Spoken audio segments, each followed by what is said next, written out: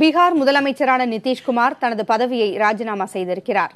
அரசியலில் அவர் கடந்து வந்த பாதையை பார்க்கலாம்.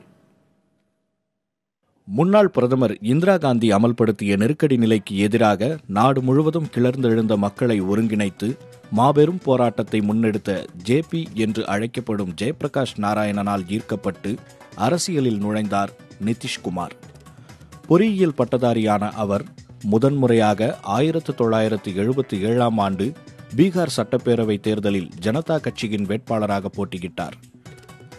படிப்படியாக வளர்ந்து 1989 ஆண்டு ஜனதா தளத்தின் பீகார் மாநில பொதுச் செயலாளராக நிதிஷ்குமார் பொறுப்பேற்றார். தனித்திறமையால் ஜனதா தளத்தின் தேசிய பொதுச் செயலாளராக அவர் உயர்ந்தார். VP சிங் மற்றும் வாஜ்பாய் ஆகியோர் தலைமையிலான மத்திய அமைச்சரவையில் பணியாற்றிய அனுபவம் அவருக்கு உண்டு.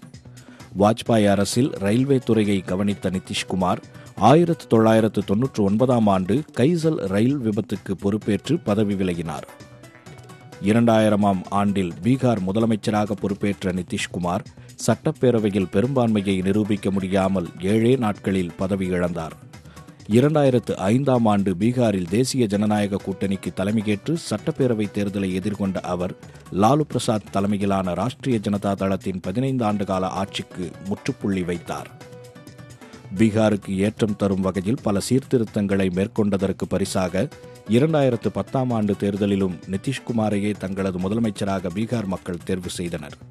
கடந்த நாடாளுமன்ற தேர்தலில் தேசிய ஜனநாயக கூட்டணியின் பிரதமர் வேட்பாளராக மோடி முன்னிறுத்தப்பட்டதால் கூட்டணியிலிருந்து விலகி தனியாக களம் கண்ட ஐக்கிய ஜனதா தளம் தோல்வியடைந்தது.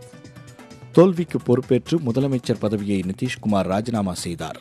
பின்னர் முதலமைச்சராக பொறுப்பேற்ற ஜித்தன் ராம் மாஞ்சி மீது அதிருப்தி அதிகரிக்க பெரும்பான்மை MLAக்களின் வேண்டுகோளை ஏற்று மீண்டும் முதலமைச்சராக பொறுப்பேற்றார் நிதிஷ்குமார். பீகாரில் பாரதிய ஜனதாவின் எழுச்சிக்கு அணை போட சட்டப்பேரவை தேர்தலில் அரசியல் எதிரியாக இருந்த லாலு பிரசாத் மற்றும் காங்கிரசுடன் கைகோர்த்து மகா கூட்டணியை உருவாக்கினார் நிதிஷ்குமார்.